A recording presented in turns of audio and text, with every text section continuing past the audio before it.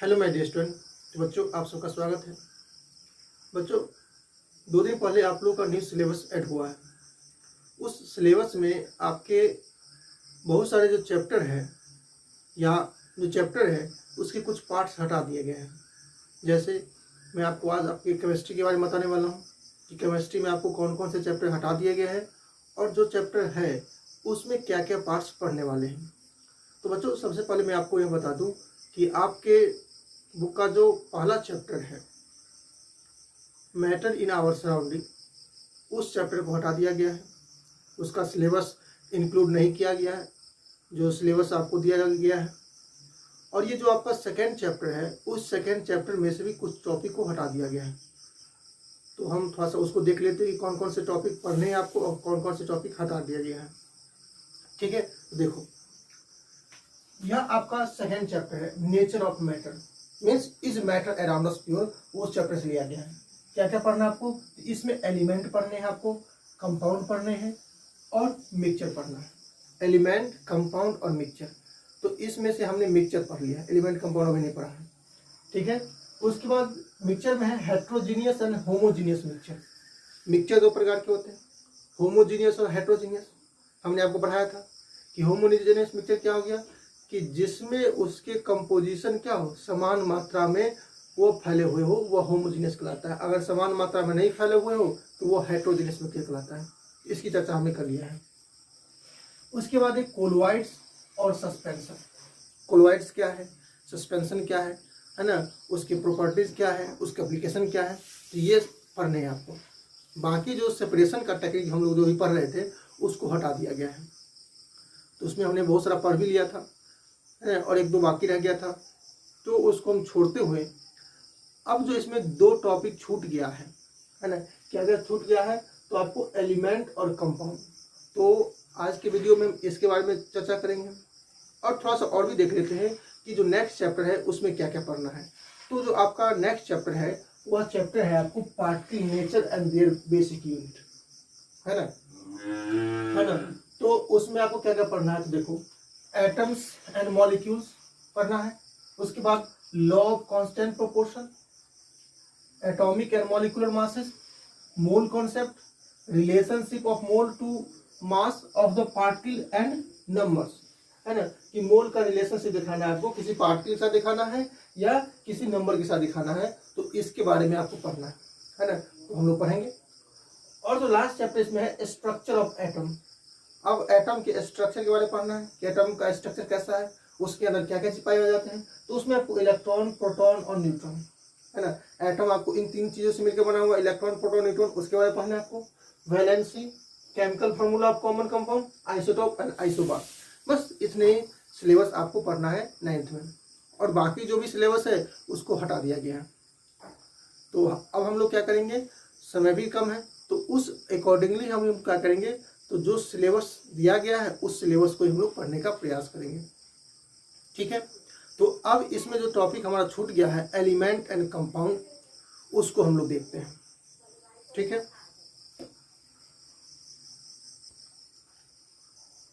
अब आपका ये टॉपिक दिया हुआ है बुक में कि what are the types of pure substance.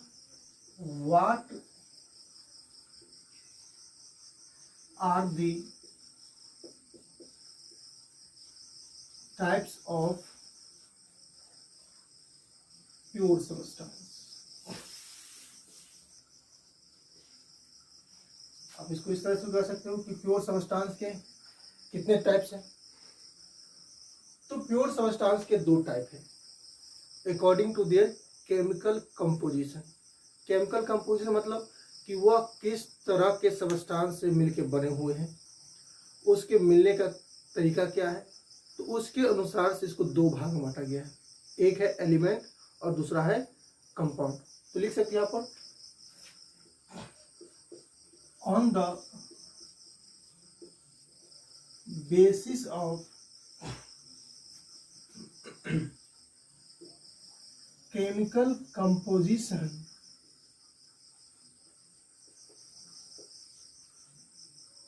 pure substance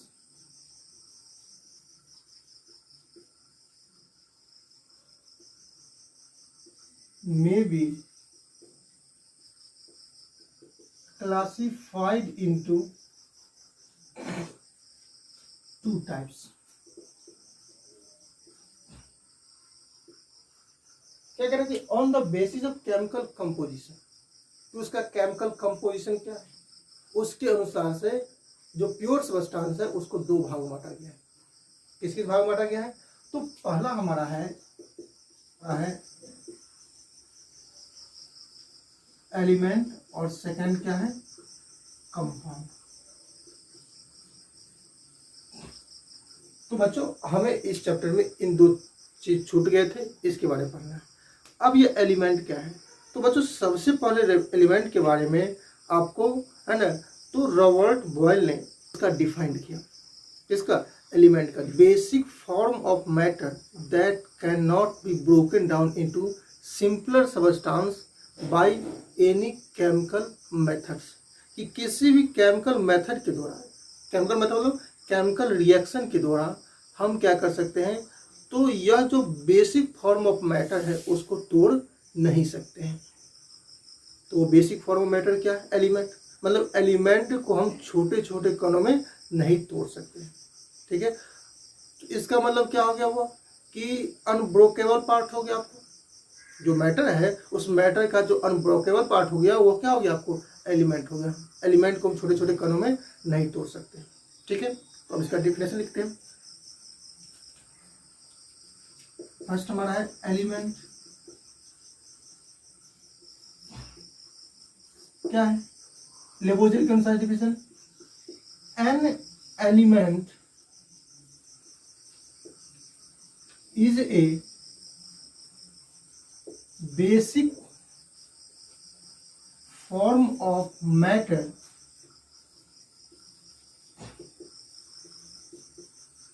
that cannot be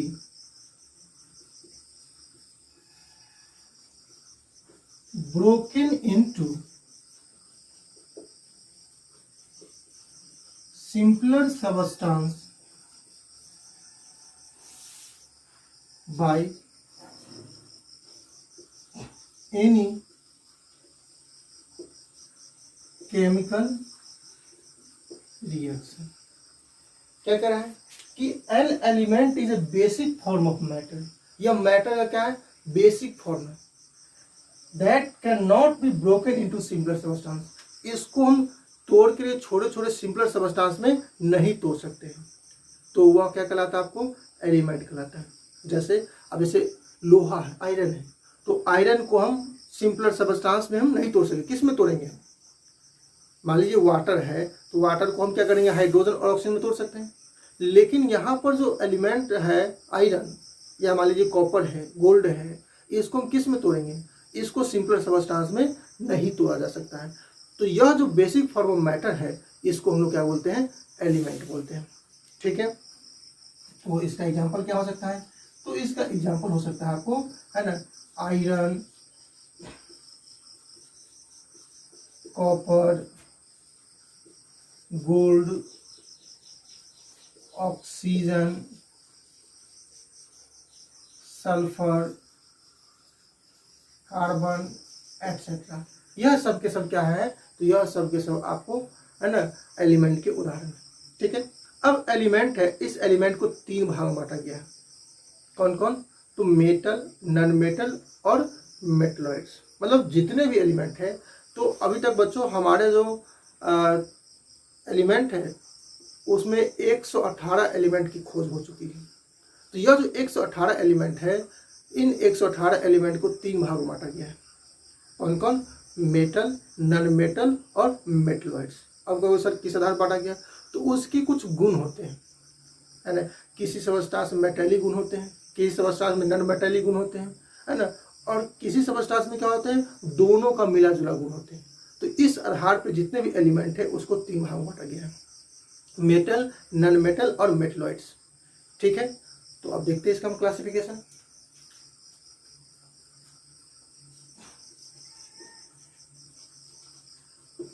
classification of elements.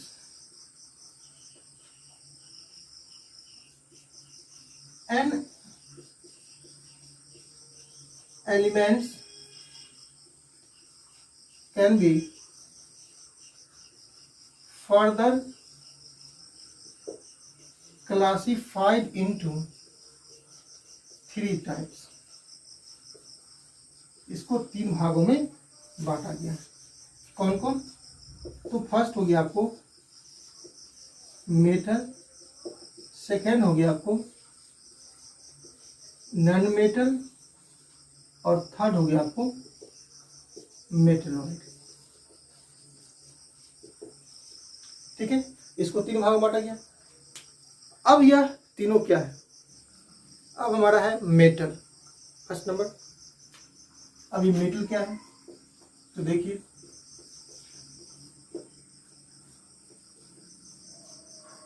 The substance which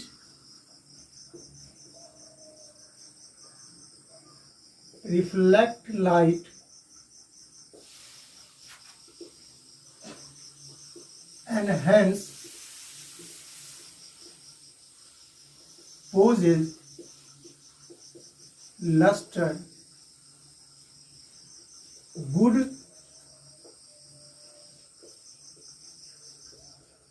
conductor of heat and electricity,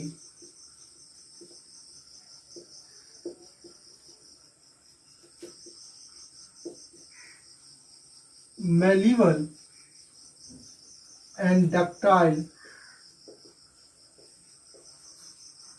are known as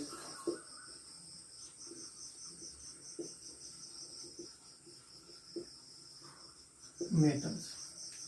क्या मैंने डिफिनेशन लिखा है कि the substance which reflect light and hence possess lustre, कि वह पदार्थ जो प्रकाश को परावर्तित करे।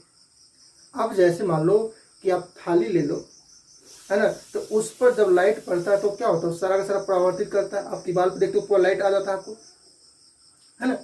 तो मतलब कि वह पदार्थ जिस पर प्रकाश पड़े और वह क्या करे? प्रकाश को परावर्तित कर दे, जिसके कारण से चमके। जैसे मान लो जितने भी मेटल्स हैं, चाहे सोना हो, चांदी हो, लोहा हो, कॉपर हो, या जो भी हो, वह सब के सब क्या होते हैं? उसमें एक चमक की प्रवृत्ति होती है कि वह चमकीला होता है। चमकता क्यों है? क्योंकि उस पर जो लाइट पड़ता है उस सारी लाइट को वह रिफ्लेक्ट कर देता है, जिसके कारण से वह चमकता है। तो जिस पदार्थ में यह गुण हो। दूसरा क्या गुण हो? कि good conductor of heat and electricity, ऊष्मा और विद्युत का सुचालक हो, मतलब उसमें हीट और इलेक्ट्रिसिटी आसानी से प्रवाहित हो जाए, है ना। इसके अलावा क्या हो? मेलिबल एंड डक्टाइल। मेलिबल मतलब क्या हो गया कि अगर हम मेटल को पीटेंगे हथौड़ा लेकर के तो टूटेगा नहीं, वह क्या हो जाएगा? पतला पत्थर के रूप में बदल जाएगा। तो जिसमें यह गुण पाया जाता हो। इसके अलावा एक और प्रॉपर्टी है डक्टाइल। डक्टाइल मतलब क्या हो गया कि उसको गर्म करके अगर खींचेंगे हम तो टूटेगा नहीं, वो पतला सा तार बन जाएगा। तो जिसमें भी यह मेलिबिलिटी और डक्टिलिटी प्रॉपर्टी हो वह सबस्टांस क्या कहलाएगा? आपको मेटल कहलाएगा। ठीक है, एग्जांपल देखो। तो एग्जांपल में हो गया आपको iron, copper,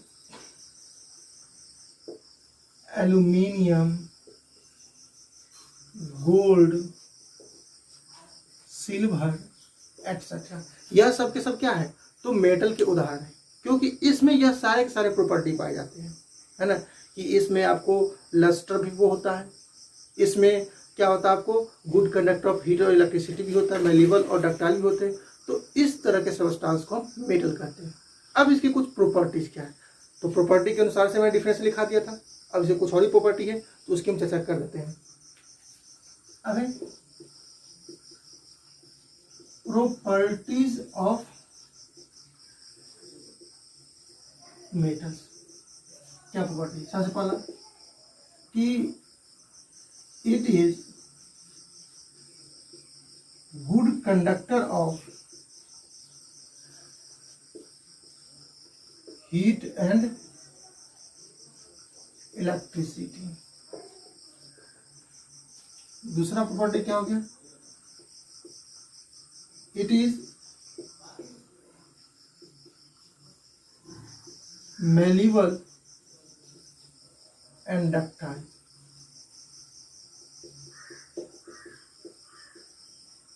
it is sonorous, that is producing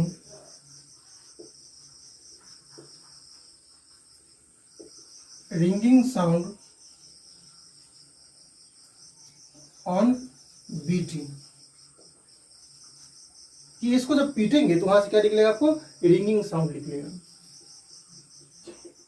it is lustre,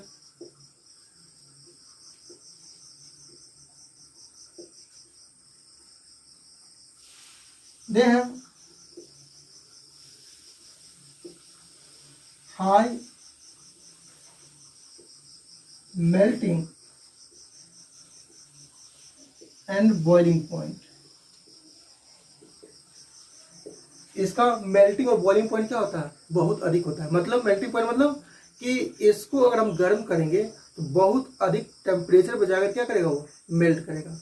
boiling point मतलब कि अगर इसको गर्म करेंगे तो बहुत अधिक टेम्परेचर पे जाकर क्या होगा, वो आपको वेपराइज होगा आपको। तो इसका मेल्टिंग और बॉइलिंग पॉइंट क्या होता है, बहुत अधिक होता है। इसके अलावा भी कुछ पॉइंट्स हैं, तो वह पॉइंट क्या है, दे हैव हाई डेंसिटी। इसका घनत्व क्या होता है, बहुत अधिक होता है। मतलब यह बहुत कम जगह लेता है।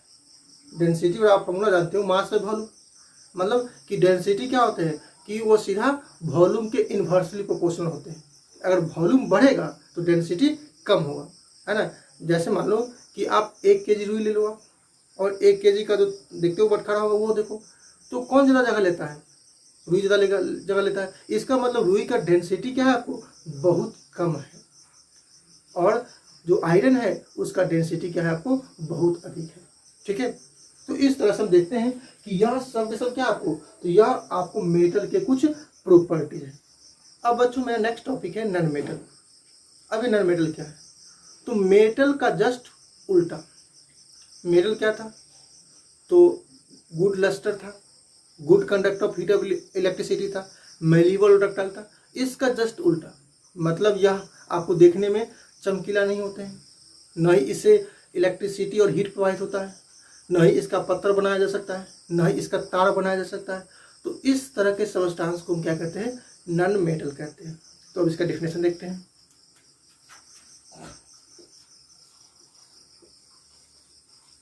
Non metal,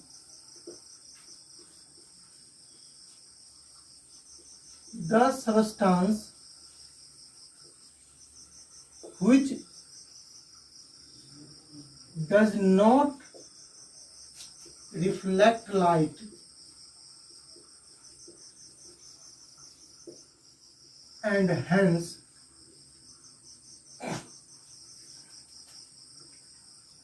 does not possess luster, bad conductor of heat and electricity,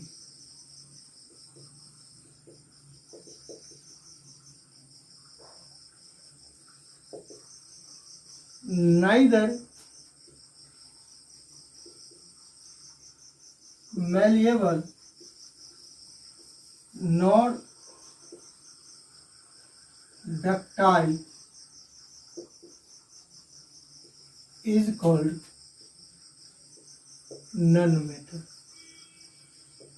अब क्या कर रहा है कि the substance which does not reflect light, कि वह पदार्थ जो प्रकाश को रिफ्लेक्ट नहीं करता हो, जिसके कारण से चमकता भी नहीं। प्रकाश को रिफ्लेक्ट करेगा तभी तो चमकेगा ना, अब प्रकाश को कुछ रिफ्लेक्ट करेगा ही नहीं तो वो क्या होगा, नहीं चमकेगा। तो the substance which does not reflect light and hence does not possess lustre, इसके कारण से उसमें चमक नहीं होती है। Bad conductor of heat and electricity, ऊष्मा और विद्युत का क्या होता है, बैड कंडक्टर होता है ना। नाइदर मेलिवर नॉट डक्टाइल, ना तो इसको हम पीट करके पतला पत्थर बना सकते हैं और ना ही इसको तान करके पतला तार बना सकते हैं। तो इस तरह के सबस्टांस को हम क्या कहते हैं, नॉन मेटल कहते हैं। ठीक है, अब इसके एग्जाम्पल क्या है, अब देखो इसके एग्जाम्पल क्या है। तो इसके एग्जाम्पल हो गया आपको कार्बन, सल्फर, फॉस्फोरस, एटसेट्रा। यह सब के सब क्या है आपको, तो नॉन मेटल है ना। और इस सब के जो होते हैं गुण होते हैं वो जस्ट क्या होते हैं आपको, मेटल के अपोजिट होते हैं। ठीक है, अब इसके कुछ प्रॉपर्टी हम देख लेते हैं।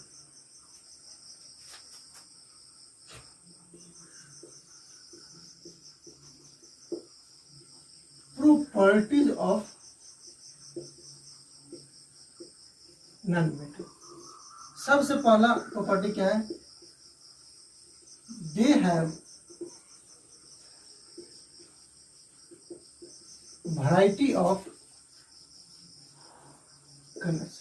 जितने भी नॉन मेटल होते हैं उसके कलर कई रंगों में होते हैं। देखिए मेटल के कुछ ही होते हैं, वो ग्रे या गोल्ड कलर के ही होते हैं, है ना, या वाइट कलर के होते हैं, इसके ज़्यादा कलर नहीं होते हैं। जबकि यहीं पर जो आपको नॉन मेटल है तो हर एक का कलर अलग अलग होता है। ठीक है, तो यह क्या हो गया, उसका कैरेक्टरिस्टिक्स प्रॉपर्टी हो गया। तो सबसे पहला हो गया कि इसके कलर बहुत ज़्यादा होते हैं, है ना। सेकेंड प्रॉपर्टीज क्या हो गया, they are poor conductor of heat and electricity. यह इलेक्ट्रिसिटी का पुअर कंडक्टर होता है। नेक्स्ट पॉइंट क्या है, they are neither malleable nor ductile. यह तो ना ही मेलिएबल होते हैं और ना ही क्या होते हैं आपको, यह डक्टाइल होते हैं। They have a dull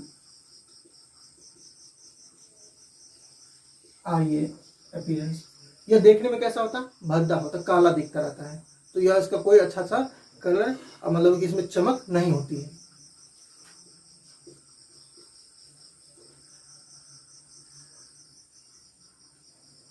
they have brittle.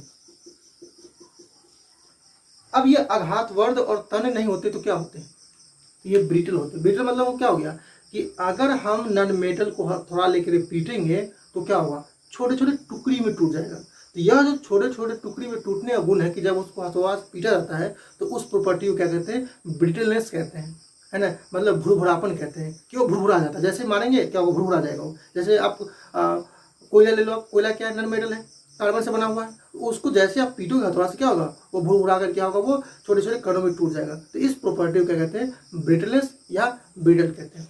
ठीक है बच्चों, तो इस तरह से हमने नॉन मेटल के बारे में देखा। अब हमारा नेक्स्ट है मेटेलॉइड्स। अब ये मेटेलॉइड क्या है, तो देखो मेटेलॉइड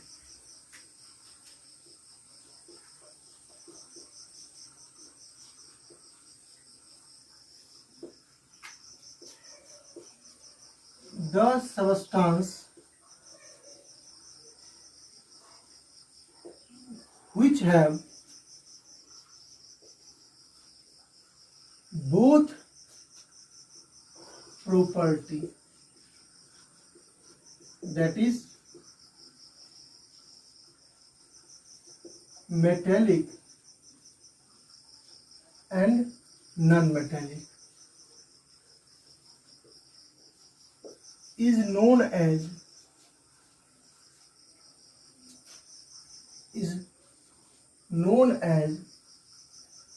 मेटलॉइड। है कि जिसमें दोनों का गुण हो, मतलब मेटल का भी गुण हो और नॉन मेटल का भी गुण हो। अब मेटल का गुण क्या है, मैंने बता लिया आपको कि वो चमक होता है ना, उसका मेल्टिंग बॉइलिंग पॉइंट हाई होता है, वो गुड कंडक्टिव इलेक्ट्रिसिटी होता है, उसका हाई डेंसिटी होता है ना। तो यह सब गुण क्या है, मेटल का। नॉन मेटल का इसका उल्टा गुण है।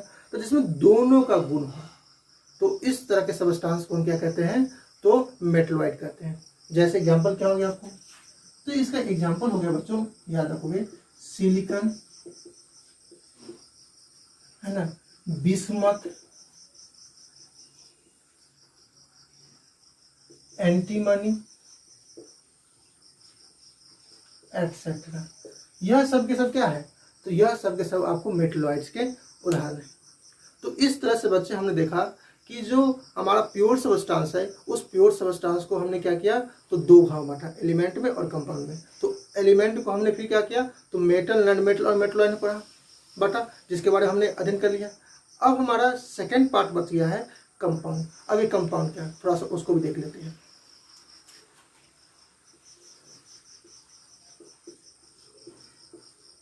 कंपाउंड क्या है? The substance which is made up of two or more substances in a fixed ratio by mass is called compound। क्या कह रहा है कि the substance which is made up of two or more substance in a fix ratio mass, कि वह पदार्थ जो दो या दो से अधिक सबस्टांसेस के मिलके बने हुए होते हैं।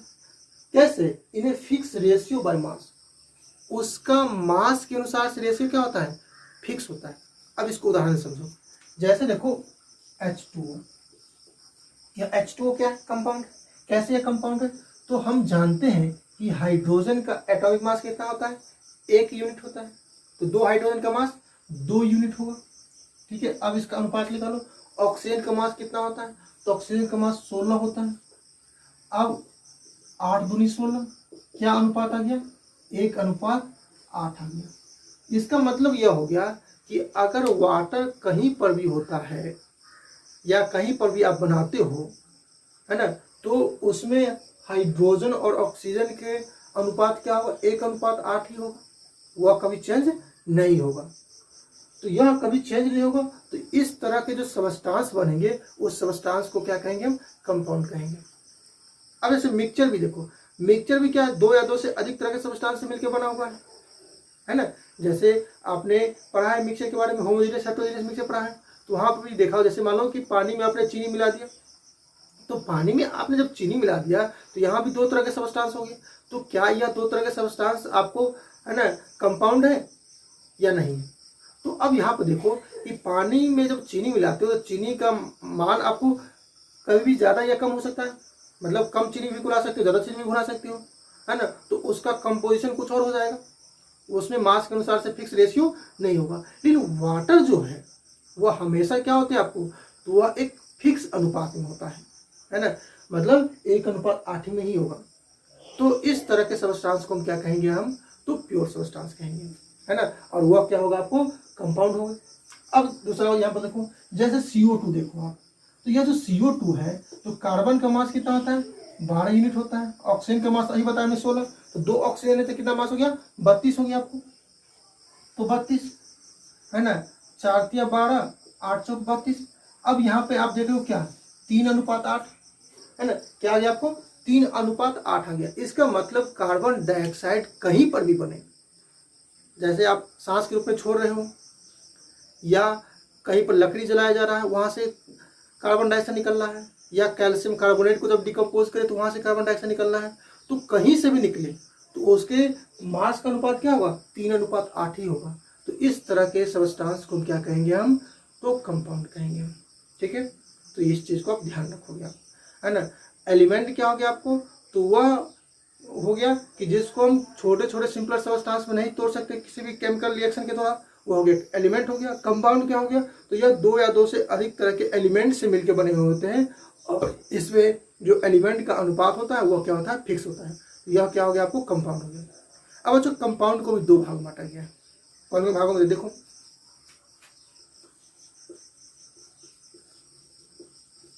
Compound can be further classified into 2 types। बच्चों इसका उदाहरण आप यहाँ पर लिख सकते हो, मैंने छोड़ दिया। इसका एग्जाम्पल हो गया आपको H2O, CO2, NH3, CH4 etcetera. ठीक है, अब एक कंपाउंड को देखो दो भागों में बांटा गया। कौन कौन? तो पहला है ऑर्गेनिक कंपाउंड। अब ये ऑर्गेनिक कंपाउंड क्या है तो थोड़ा सा देख लो, है ना। तो ऑर्गेनिक कंपाउंड के बारे में सबसे पहले बर्जिलियस ने बताया था। बर्जिलियस ने क्या बताया था कि जो compound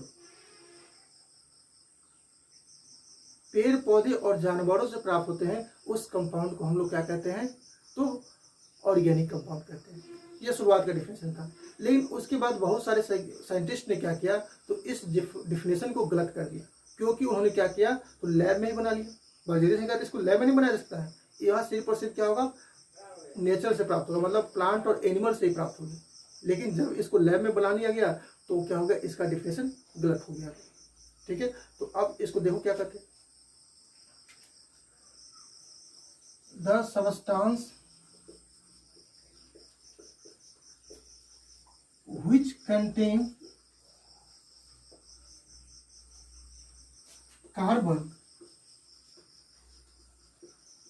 and few other elements like hydrogen, nitrogen, oxygen, है ना। उसके बाद हो गया हेलोजन। हेलोजन में क्या क्या हो गया आपको, तो हेलोजन में आ गया आपको फ्लोरीन, क्लोरीन, ब्रोमीन, आयोडीन, यह हेलोजन कहलाते हैं। तो यह सब के सब हो, है ना। The substance which contain carbon and few other element like hydrogen, nitrogen, oxygen, halogen are called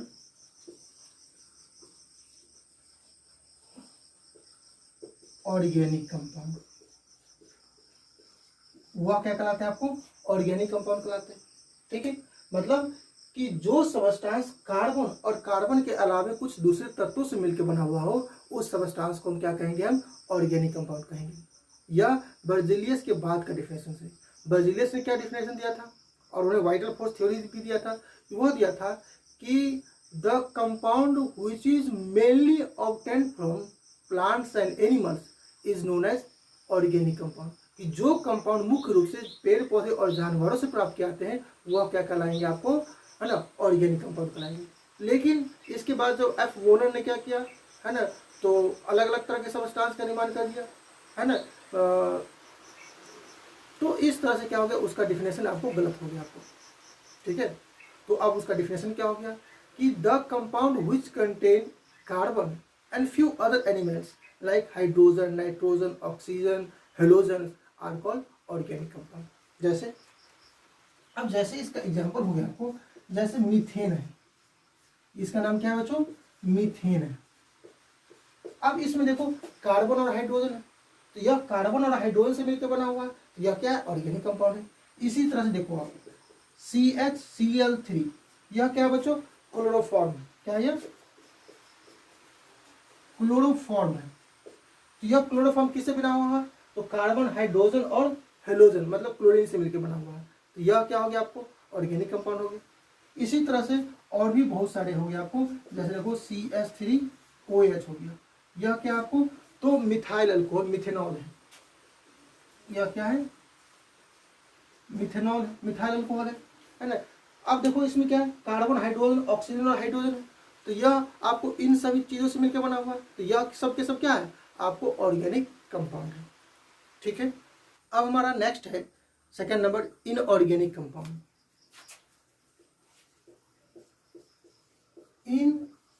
inorganic compound. अब ये बच्चों इनऑर्गेनिक कंपाउंड क्या है, नाम ही है इनऑर्गेनिक, मतलब जिसमें कार्बन ना हो, वह क्या कहलाएगा आपको, इनऑर्गेनिक कंपाउंड कहलाएगा। तो देखो the substance which is obtained from mineral is known as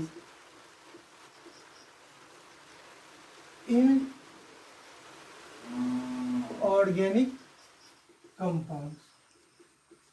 कि जो कंपाउंड कहाँ से प्राप्त किया, तो मिनरल से प्राप्त किया जाए। कहाँ पर, लेबोरेटरी में उसको मिनरल से तैयार किया जा सकते हैं, तो उस तरह के सब्सटेंस को क्या कहेंगे हम, तो इनऑर्गेनिक सब्सटेंस कहेंगे। जैसे देखो, जैसे हो गया सोडियम क्लोराइड हो गया आपको, यह सोडियम क्लोराइड क्या है आपको, तो इनऑर्गेनिक सब्सटेंस है। इसी तरह से देखो आप HCl देखोगे, H2SO4 देखोगे, है ना, यह सब के सब क्या है आपको, तो इनऑर्गेनिक सब्सटेंस है। क्यों इनऑर्गेनिक सब्सटेंस है, क्योंकि इसमें कार्बन भी नहीं है, और यह सब के सब कहाँ से प्राप्त किए जाते हैं, मिनरल से प्राप्त किए जाते हैं। तो इस तरह के सब्सटेंस को हम क्या कहेंगे बच्चों, इनऑर्गेनिक सब्सटेंस कहेंगे। तो इस तरह से आपका यह चैप्टर फिनिश होता है। आप इस चैप्टर को अच्छे से पढ़ो, और कहीं पर कोई दिक्कत होता है तो आप मुझे बताओ। आप इस वीडियो की कमेंट में भी लिख सकते हो नीचे में, या मुझे पर्सनली व्हाट्सअप कर सकते हो, तो हम उस प्रश्न का जवाब देंगे हम, ठीक है। और इसके अलावा क्या करो, आप इस बुक में जो भी क्वेश्चन दिया हुआ है अकॉर्डिंग टू योर सिलेबस, उसको आप बनाने का प्रयास करो और मुझे व्हाट्सएप भेजो। अगर कहीं दिक्कत हो तो आप मुझसे संपर्क कर सकते हो, ठीक है। Thank you.